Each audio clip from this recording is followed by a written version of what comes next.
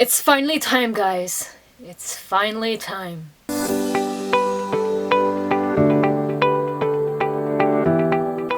This is definitely not the makeup I was going for. Definitely not. I'm committed. I'm committed to have this makeup, so might as well put a wig on. What is up, everyone? Welcome back to my channel. My name is Natalie. If you haven't subscribed yet, please do, because I noticed that 99% of people who watch my videos are not even subscribed. That's crazy. So I'll leave you 5 seconds to subscribe right now, because if you're gonna watch my videos anyway, might as well subscribe instead of like typing my name every time on YouTube. You'll just have it, and if you like or you get tired of my face, you'll just need to unsubscribe, you know? So 5 seconds, 4, 3, 2, 1. I need to change my batteries. I'll be back in a second. So last year I went to Japan. I took so much footage and I took so many pictures, but I just didn't know how I'll share them because I was dissatisfied with what content I had, what footage I had, because I didn't have on location intros or outros.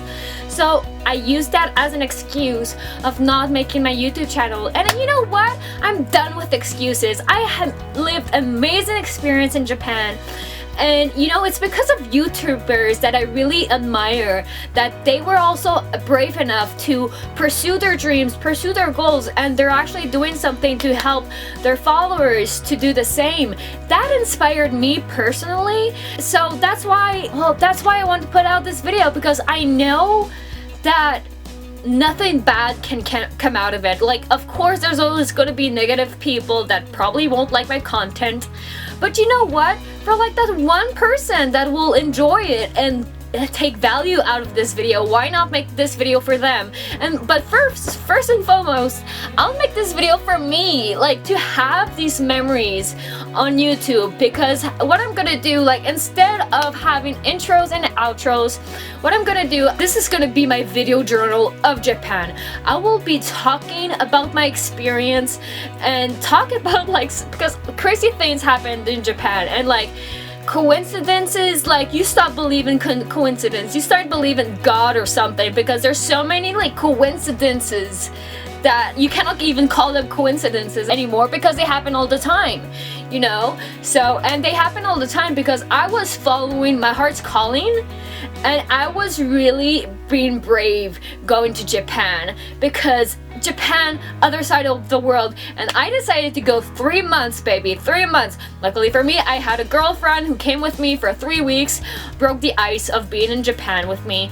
And so when I was finally alone, I was comfortable in this country enough to live my remaining 2 months alone, essentially. So anyways, that being said, guys, so what I'm gonna do is that I'm gonna like narrate and make a video like this, reading about my journal, and I'll make a slideshow of pictures and videos, because like I said, I don't have a lot of footage at the beginning of my trip, and I don't have a lot of intros, outros. If I make a video where I have an intro or outro on location, like, praise the Lord. Why am I being so Christian about this? Anyways, I'm being so Christian, but I have like a witchcraft thing. Anyways, that being said, guys, I'm gonna dive right into day 1. Direct flight to Tokyo. Direct flight to Tokyo, guys.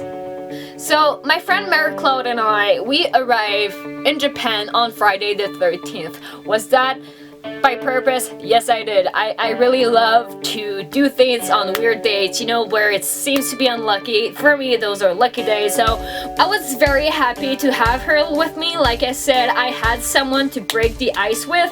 So I was living the stress of being like, okay, where do I go? Because I hate traveling. In a way, I don't like the traveling part. I like to be sitting in my train and on my way, but I don't like to get on trains.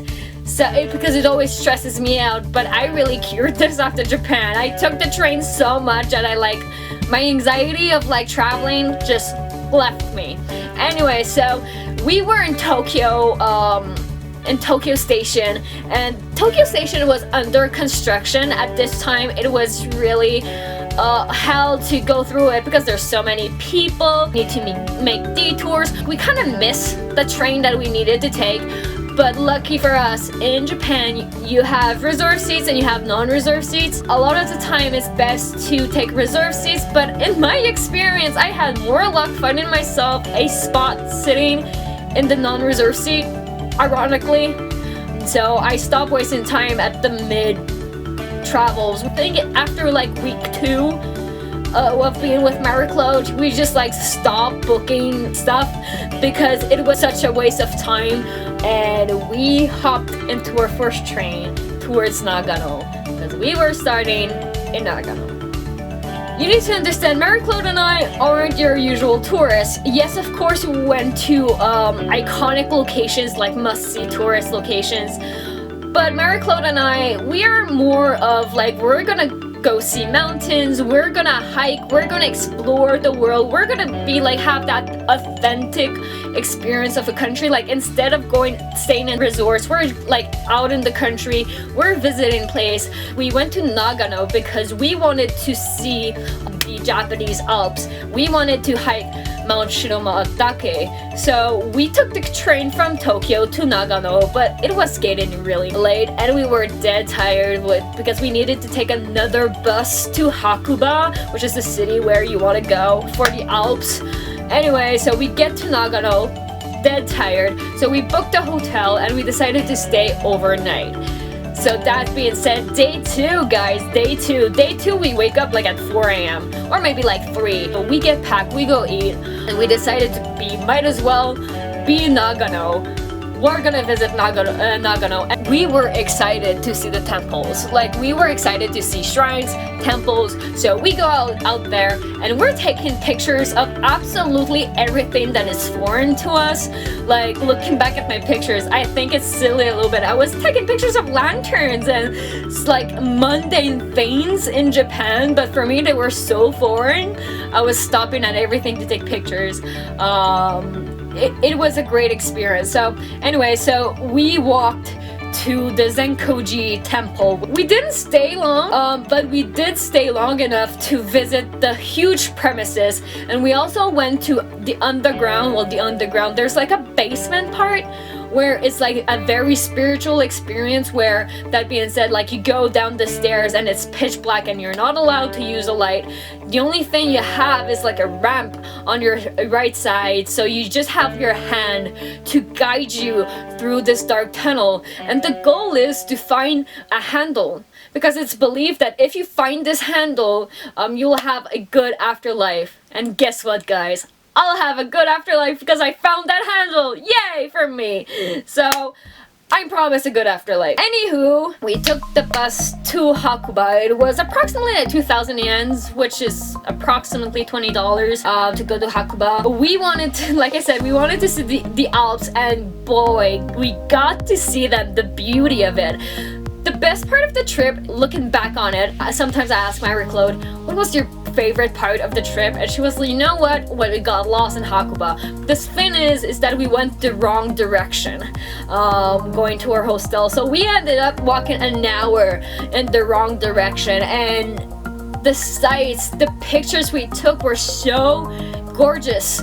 They were so beautiful, and you know, they're pictures, so you can't even like have an idea of how immense these places are. Anyway, so we get lost. We think we're waiting in front of our hotel. We're not so sure because the building kind of looks the same, but anyways, but there's this lady, and thank God for her. Her name is Ayako Bacon. So she's a co-owner of like Hakuba Holiday. They host people during winter because of the ski season. So bless her heart, she sees us stranded and she realized that we're on the wrong side of town. She's like, jump in the car.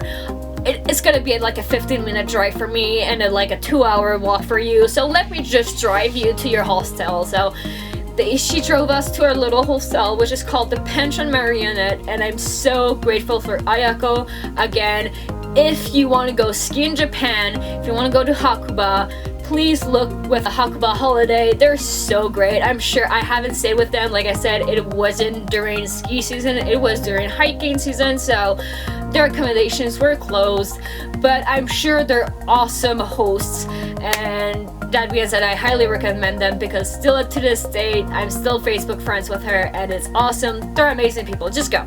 Anyways, the man was an awesome host. If you go to Hakuba during hiking season, go to Pension Marionette. It's really cool. So we went to this little Japanese restaurant where they had fried noodles. So the owner was there with the cook. They were watching sumo, and we really got into this sumo thing. It was really awesome because they were so excited because this, as I understand, like of course I didn't understand everything that the owner said because I don't speak Japanese. But I understood that the sumo guy was from Hakuba, and they were so freaking excited when he won. Like, they were going crazy. They were so happy. We were celebrating with them. Like, we don't understand the words, but we understand how exciting it is to have someone from your hometown going to nationals and win. So maybe it wasn't the cup, but they won like the fight. So it was really, really fun to see them excited, and we liked that place so much that we decided to return to, because the thing in Japan, usually during the afternoon, the restaurants close to prepare for the dinner. But in this case, no, they stayed open all day, so we were able to go there when we were hungry because we weren't accustomed yet to the time zone there, so our bodies were still hungry Canadian time. But anyways, I think I've been going at this video for long enough, so for now I'm gonna stop here. Like I said, guys, subscribe to my channel because I know that most of you aren't even subscribed. It takes 5 seconds and it costs you nothing. I'm not selling merch. I'm not doing anything. Just subscribe. If you like this video, please press the like. Leave a comment down below because I have amazing pictures. If you have like your favorite picture, like say like at 102, I don't know what's going to happen at 102. It's probably going to be my ugly face. But anyways, like at 102, just like say like, oh yeah, I really love this picture. I'm really into photography, so I really want to learn to do something with my photography, and someone put it out there that, you know, my photography is good enough to be seen, and they're worthy to be seen, and even though I have issues of being seen, my art is worth being seen.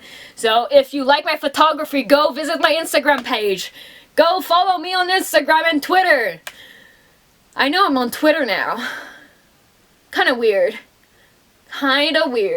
That being said, guys, peace out!